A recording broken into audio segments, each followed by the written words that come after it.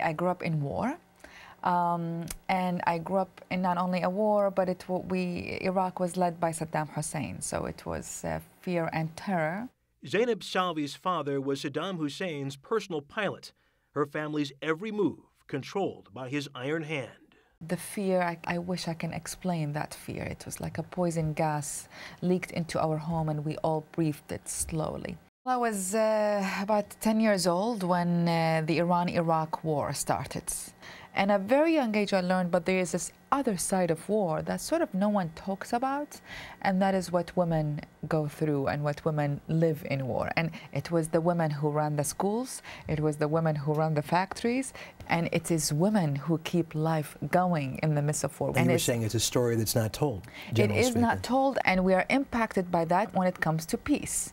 Peace means far more than just ending of fighting. It means how do we stabilize life again? How do we get life to normal again? Let's talk about an example, Afghanistan. The more we kill, the more their sons are angry. The more we recruit new level and new armies of Taliban. And the way to win this war, from a women's perspective, is get jobs, fix the roads, get electricity, more schools. Fresh out of college and deeply affected by the use of rape as a weapon of war in Bosnia, Salbi founded Women for Women International in 1993, training women survivors of war how to earn a living and how to fight for their rights in their communities. I couldn't do anything about injustice when I was in Iraq, but today I can. This is nothing but my truth, living this work and serving women around the world. They bring me joy. Salbi says if women are left out of Egypt's fledgling democracy and denied seats at Afghanistan's peace talks, neither democracy nor peace will survive. So let's talk about some facts and figures. 80% of the refugees in the world are women and children.